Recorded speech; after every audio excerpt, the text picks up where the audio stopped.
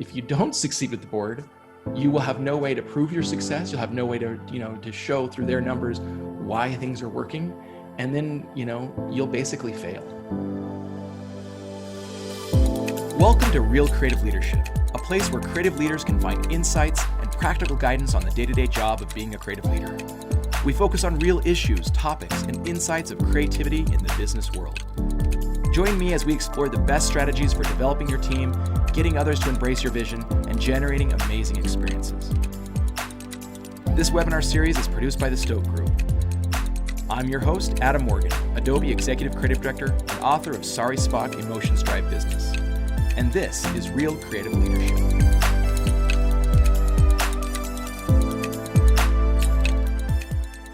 Today we are going to be talking khaki. Now, when I say talking khaki, some of you may not understand what that means. Back in the old days of business, we used to talk about talking suits or, because everyone would wear a suit. But today, people aren't wearing business suits anymore. They're wearing business casual. And often that involves khakis, not necessarily pleated khakis, but khakis. So as creatives, we usually don't wear those outfits. We're more in, jeans or shorts or flip-flops or whatever it may be, your choice of clothes. But when we're talking about talking khaki, it means how do we talk business?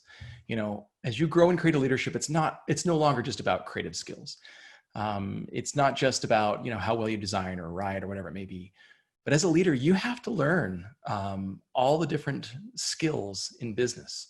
And we're going to talk about those today, not necessarily in deep depth, but at least give you the basics of several aspects of talking khaki. So here's what I'm going to do. First, we're going to talk about why. Why do we need to learn business speak? How important is this? And we're going to go through the reasons why. And then second, I'm going to talk to you about the 4 different categories of speaking khaki. What are the different ways that we need to learn and grow and be able to express ourselves in different languages in order to speak with business leaders and marketing leaders and IT leaders and financial leaders. And then finally, after that, I'm going to talk about how do you learn to speak khaki? Because it's not enough to just say, oh, you have to go out there and learn it. But where do you start? What do you do? So I'm going to give you a few tips and tricks of places you can go to learn how to speak khaki. All right, so let's get back to why. Why do we need to speak khaki? So the way I usually like to talk about this is in 3 different ways.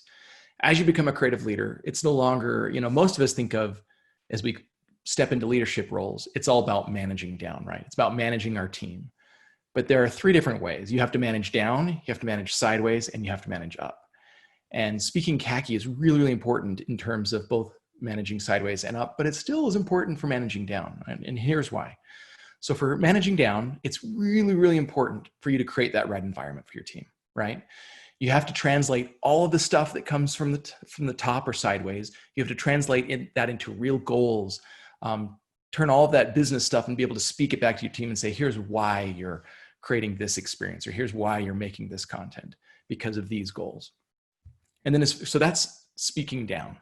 Speaking sideways is all about your peers, right? And most often that involves marketing strategists. So you have to partner with strategists and marketers.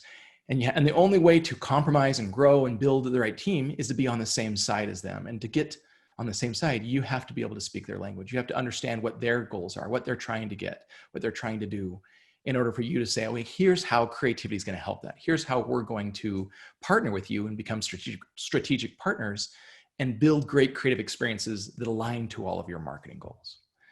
And then finally, managing up.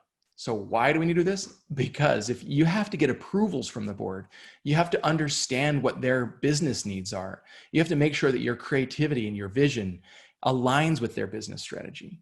And you have to be able to work with them. Otherwise, they're just not going to fund you. Like you'll have no budget. You'll have no approvals. So it's really, really important that you share your creative vision up to the board of directors. You show your team and you understand what they're talking about and learn to speak khaki so that you can relate to them and they can trust you. That's really, really important. So if you don't succeed with the board, you will have no way to prove your success. You'll have no way to, to show through their numbers why things are working. And then, you'll basically fail. So it's really, really important. That's the why. Down, sideways, and up. You have to learn to speak khaki. All right, so let's talk about what is khaki now. I'm going to spend the next little while explaining the 4 different areas. It's really, when I say speaking khaki, it is a mix. It's a mix of marketing strategy, business strategy, finance, and operations. Those are the 4 big ones. Of course, there's more beyond that, but those are the 4 I'm going to focus on today. So as a leader, you have to assume all of those roles. I know for most of us growing up in our careers, it was all about great design or great writing or video or whatever it may be. But once you change and you take that step into a creative director role or creative leadership role, you have to learn all these other things. Just as being a good creative director, you had to learn all aspects of design, writing, video, everything in order to be a great leader so you could guide all of that. You also have to learn all the other stuff. So sorry to say it, but you're now, a project manager, an operations person, you're a finance person, you're a business leader, you're all of those things. You're a marketer, a strategist. You have to learn all of these things in order to succeed. So there's a fun story. A few episodes ago, Douglas Davis gave us a fun story about where, when he started out in the business and was moving up into bigger and bigger opportunities to present and show work, he noticed that he would step in the room and there was something that was always beating him. And he finally figured out that that was strategy. And once he understood that, then he went back and actually got a degree in strategy, wrote a book on it. But he had to first identify the thing that was beating him all the time. And that was strategy, whether that's business or marketing strategy. And so I think that's just a good primer for all of us to know, before you can write the rules, you have to read the rules, right? That's a really, really important concept. So right now we're just going to talk about reading the rules, not writing them. So let's go through those 4 different categories. So first category, marketing strategy.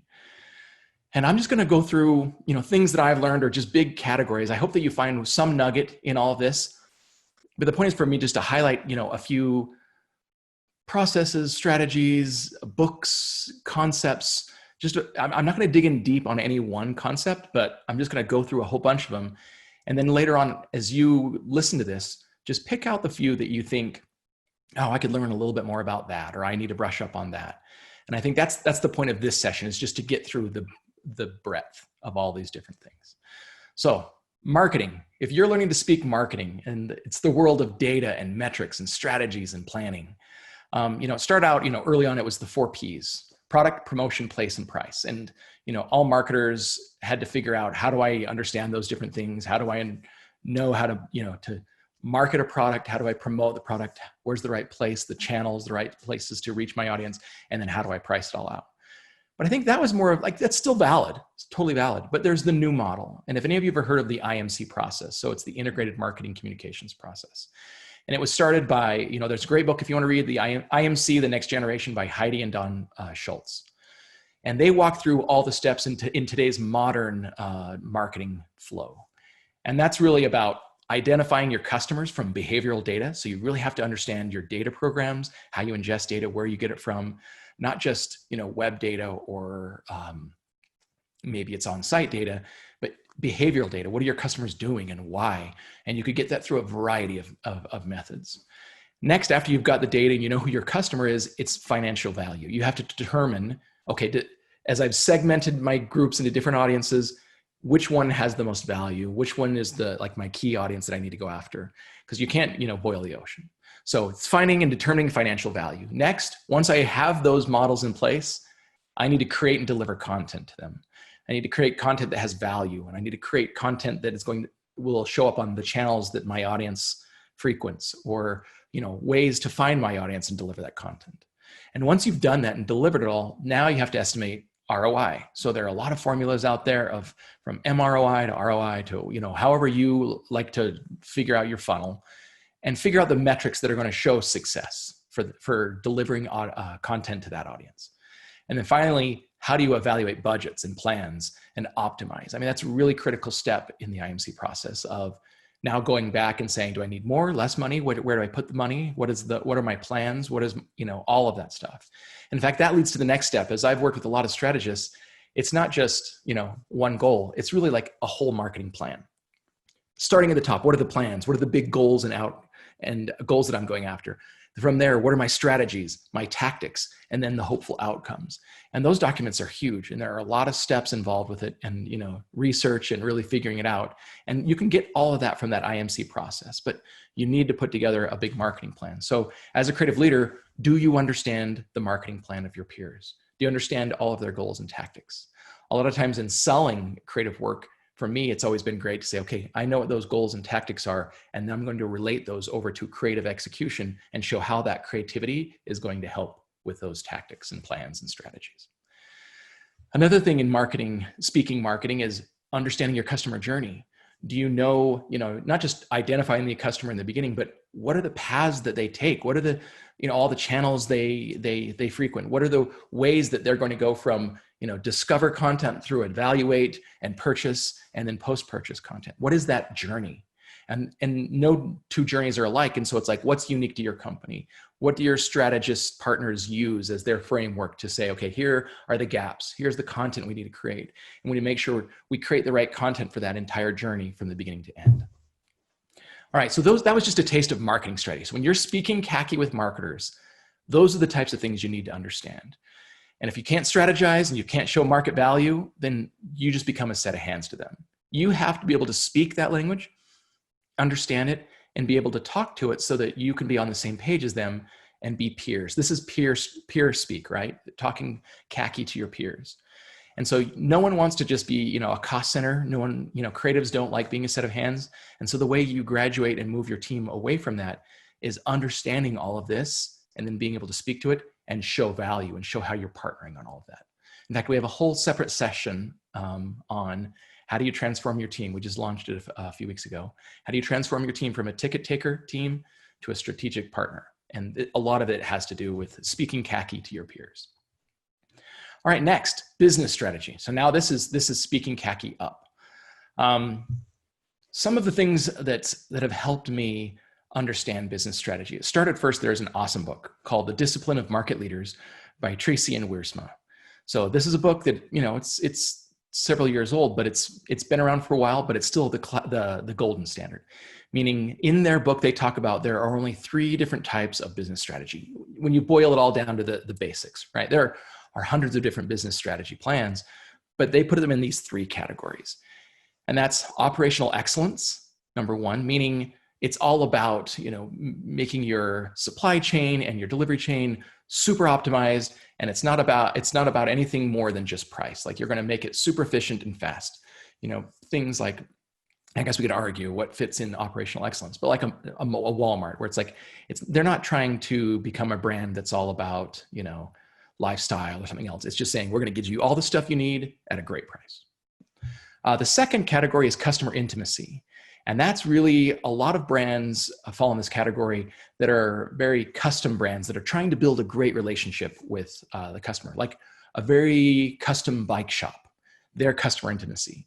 They want to have you come in. They don't want you to buy the bike from, an operational excellent company like Walmart. They want you to come in. They're going to fit it to you. They're going to figure out how you fit the right bike and all the different needs that you have and create a relationship. So customer intimacy is all about building those relationships with customers and then delivering, high-end value on that. And the third one is product innovation.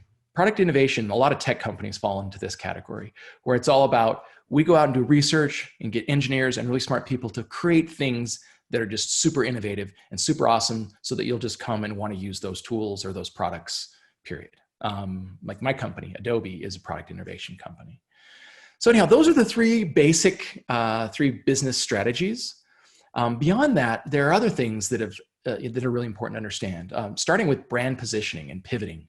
If you haven't read the book Positioning by Trout and Reese, go read the book. Or they also have a second derivative book called The 22 Immutable Laws of Marketing. They break down just the age-old principle of positioning. Like in customers' minds, there's only categories for like the market leader, the second, and then maybe a third, and beyond that, there's nothing. And so how do you reposition yourself and create new categories? How do you position yourself against the competition? How do you create an opportunity for your business to be successful without, all of the roadblocks that you'll hit if you're not a market leader or the runner-up or whatever. So go read Positioning, super, super critical. And when you understand positioning, you can better understand the sense of, which takes me to the next step, which is business differentiation. So a lot of business strategists are really trying to say, how are we different than the competition? What do we do that's unique? What is our USP? What are our opportunities that they can't get anywhere else? Is it maybe a strategy of comprehensive, like we cover all the bases? Or is it a strategy of very niche product? Or is it a strategy of convenience? Like there's so many things that you have to figure out about your differentiation and your market focus because it's unique to your business.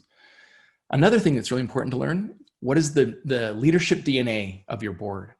I mean, if you really go back and look at the board of directors, what are their backgrounds? Are they in finance? Are they in operations? Understanding what their backgrounds are and how that board is built really makes a big difference on what business strategy they're going to use. For example, if they're all, finance people or operations, chances are they're probably going to be pushing towards a operational excellence model.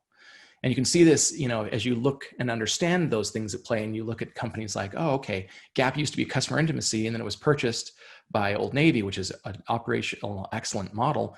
And then they started to put those same constraints because the board's like, we know it works, it's this, let's make, this other brand work the same way. And you can see how, they hit walls. Now, Gap is bringing it back and they're trying to go back to that customer intimacy model, but just understanding the board of directors, understanding where they come from. And in fact, part of our goal here at Real Creative Leadership is, I believe that creative leaders should be on those boards.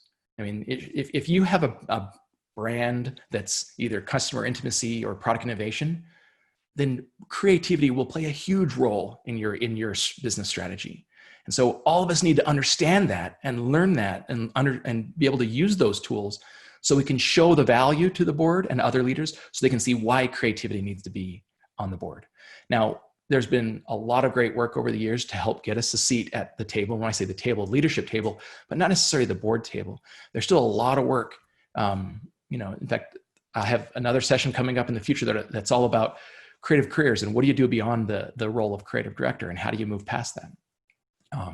So getting more of us in seats of the board, such as CMO or even CEO, there is good news that a lot of creatives are breaking off and starting companies and they're startups that are creative led, but we need more of it in this world. We need more of it. So understanding business strategy is critical because at the end of the day, if you can't get the approvals, if you can't sell the board, if you can't prove to them why creativity matters and why creativity is better for that business, then you're done. Then creativity is just going to be window dressing. So it's critical to speak khaki at a business level. Next is finance. All right, so why do we need to know finance? It's so funny. In my experience, in my career, many times the second we start talking numbers, the creative people just kind of roll their eyes back and they zone out, right? And that's bad because there's a lot of important stuff that we need to know about finance in order to be creative leaders. First of all, there's a great story from one of my past bosses who is the owner of an agency, and Dave Thomas, and he would say, number one, before you do any creative work, you need to understand how your client or how your business makes money, period.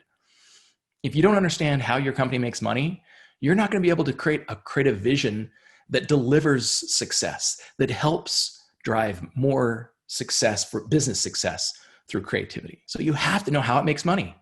And then you can't deliver creative ideas that are completely off the farm. Ideas that may be fun and exciting, but aren't going to deliver business value. So how does your company make money? If you don't know that, stop and think about it and truly internalize that as you start to lead your team. There are other things that are important. Like as a creative, do you understand the balance sheet? Do you understand the income statement? Do you understand the role of cash flow? For me, I took a graduate level course on finance in order to understand all of those things better so I can better relate to your CFO or the financial team, right? You have to be able to understand the flow of money, not just how you make money, but the flow of money in order to speak their language so that you can show value, right? There are things like resource allocation and ROI measurement. MROI is another one, or your sales funnel. How does that all work together? Especially, again, if you're in B2B, you have to understand that lead management flow from qualified leads all the way through to sale. Understanding that, how you measure and the metrics to measure success are critical. Because if they keep measuring, let's say, for example, you're all about quality instead of speed or time. Like those are the three values that we're always trying to prove out. Like we either have to be faster, or we have to be cheaper, or we have to have better quality. And if you're pushing for better quality and yet you can't prove those metrics out to finance, they're always going to go with cheaper, and you're going to get pushed again and again and again to just make it cheaper or faster, right? So when you understand those values and how they impact your balance sheet, then you have the ammo to go through back and prove your point and to show why creativity has value, why it impacts the bottom line. Super critical. And why does that matter? Because again, it's funding. If you don't prove that out, you're not going to get budget. You're not going to get approval. You'll just be fighting and kicking against a wall constantly and never getting enough money to do the right creative work. So you have to partner with your CFO and show your vision and be able to prove it out and speak their language as a financial person. All right, number 4, operations. And this one's actually closer to home than some of those others. This is another sideways. So if business strategy and finance are more like managing up, marketing strategy and operations are more sideways and down. So with operations, even though you didn't want to, as a creative person, you are now a project manager. You have to understand operations. You have to understand workflow. What are the right tools we use? Again, we talked about measurement. What about budget spend? Once you get the approvals and the budgets from finance, how do you use that and spend that wisely? So budget spend, resourcing, not just resourcing of the team, resourcing of other assets or budget or whatever else it may be. And then priorities. A big part of operations is establishing priorities. What's the backbone of the structure we create as a team or an organization to get work done? And how do we make that efficient so that we're not, stepping on each other and causing our own problems?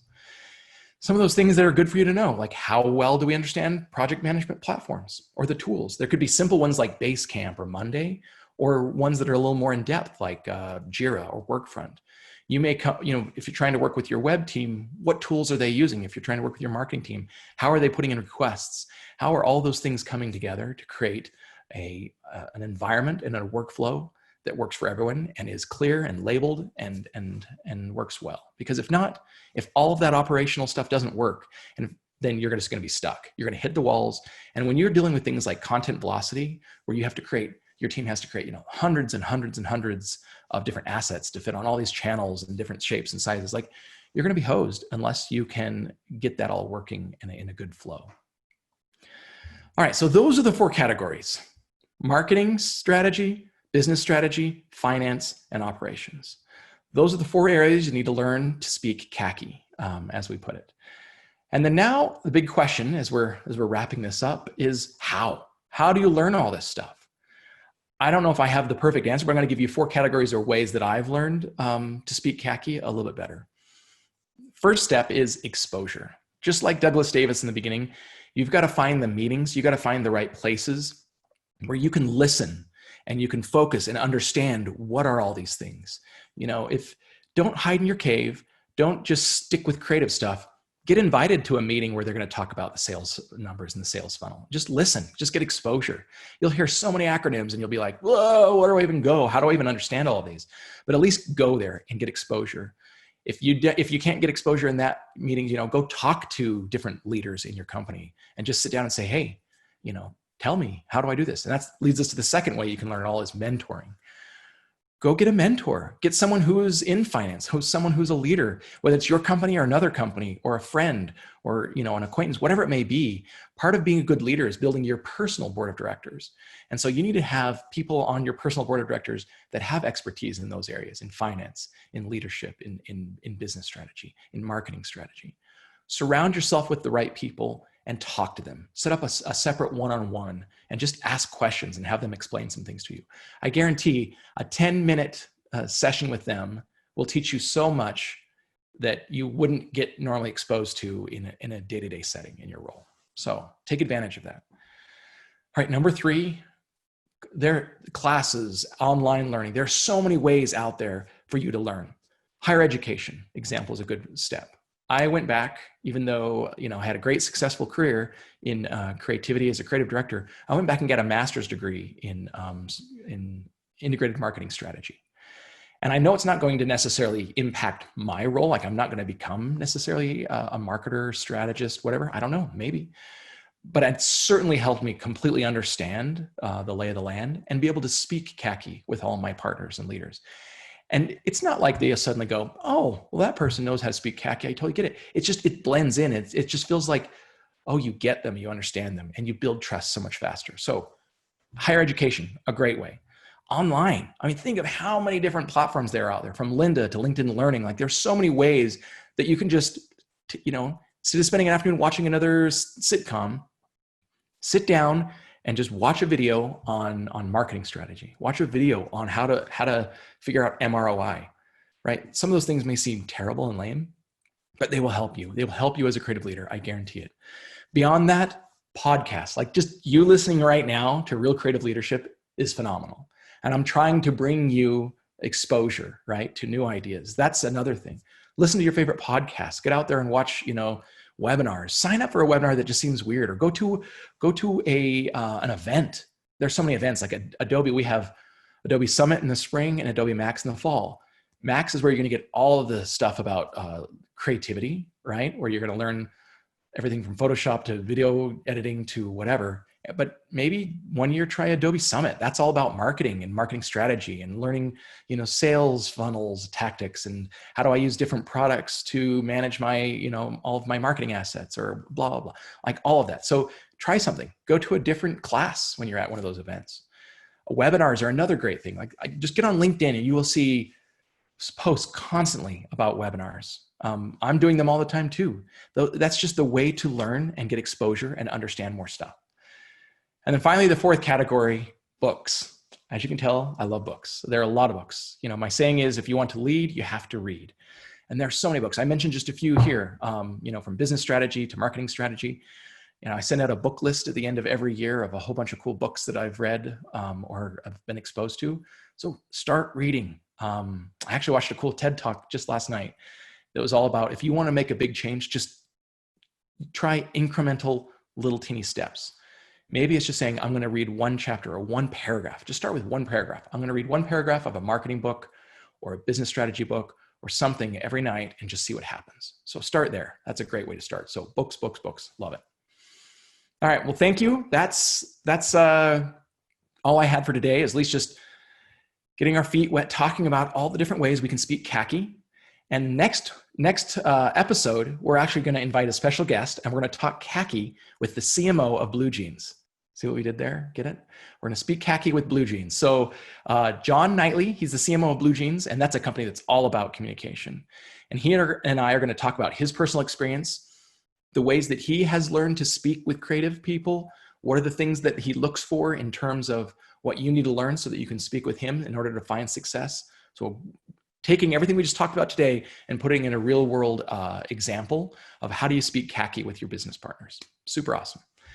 Anyhow, thanks for listening. I hope you got some little nugget you can follow up on or learn more about. I don't know, go take a class, read a book, go to a webinar, keep listening to Real Creative Leadership. That's another great step because I really appreciate it. And if you like this content, please share. I know this is new. We're only, 6 months into this, but I would love it if you'd share with your friends, your colleagues, your peers, and let's see if we can get more of a conversation going.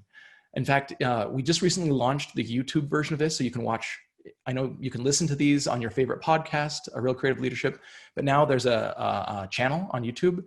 And the beauty of that is you can watch these videos, you can see my slides, and more importantly, comments. Like, you can start joining the community and commenting and building relationships with other creative leaders. That's one of the problems we have, is there's not really a watering hole where all of us creative leaders can get together and talk about topics. So please look at the YouTube channel and comment and join the conversation.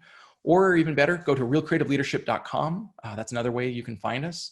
Sign up for the next webinar. Make sure you're up to date on the latest episodes. We'll just share other links to other, speakers and things that we find that are really important. So just help us build this community. So it's because it's all about that place. As a creative leader, we need a creative leadership community.